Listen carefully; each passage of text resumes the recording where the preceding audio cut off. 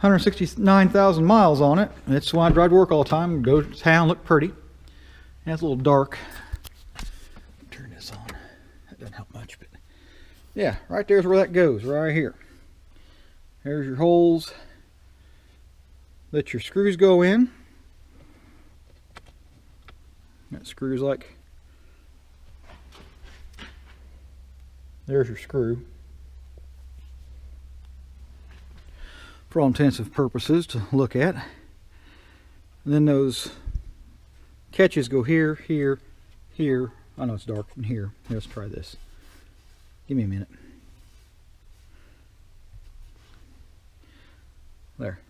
Turn the phone on so you can see there's where the screw hole is, the place where those other parts go, and then there is the ever dreaded, hopefully never have to use, airbag for the passenger side. And by the way, this truck has had the airbag checked. There was a recall on it by GM, so it should be in good shape. Should not need to do that. Have to worry about that now. But anyway, I'll stop you right there. And we got 6 minutes plus killed, so hang on, give me a few minutes to, on my end, I'll put that new upper glove box in, and then I'll show you the end result. That way you have a video to look at and go, huh, he does something. Alright, hang in there a minute. And there you go, YouTubers, installed. Easy, quick, actually less than 5-10 minutes, most 10 minutes, just to install. There it is, pops open, it's popped in, bolts, screws are in. By the way, an Allen wrench for that is a 3/64 Allen wrench, standard hex key Allen wrench. To take those out and put them back in. Now, the chuckle of the day, I could not read what size that Allen wrench was. So the chuckle of the day for you guys becomes, I got a question for you. Be honest. Be honest with me. How many of you, when you can't read something, I think I've seen this on Facebook.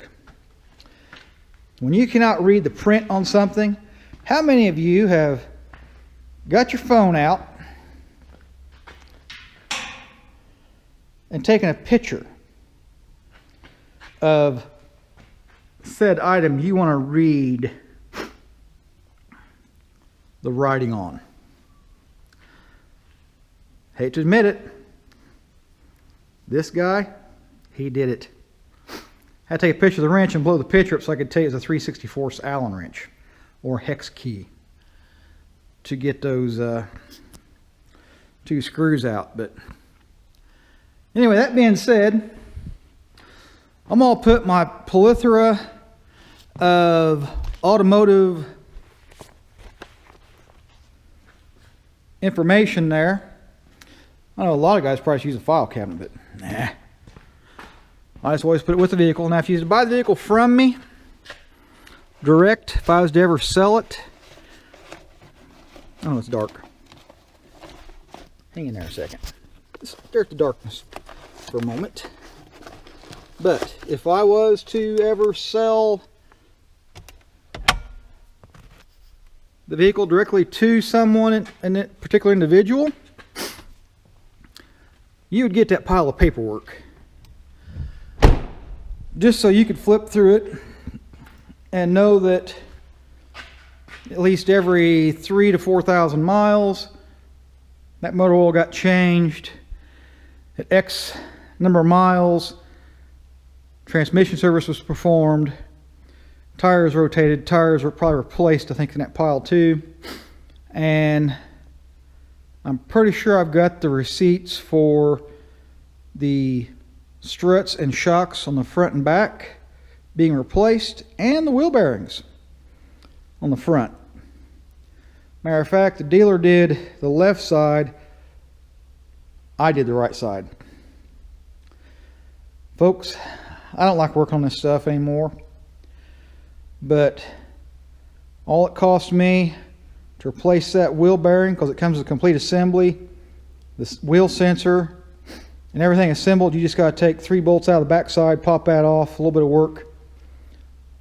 A few hours of work for me just trying to get the old rusty dang thing off there. And I think less than $250 in the part. Like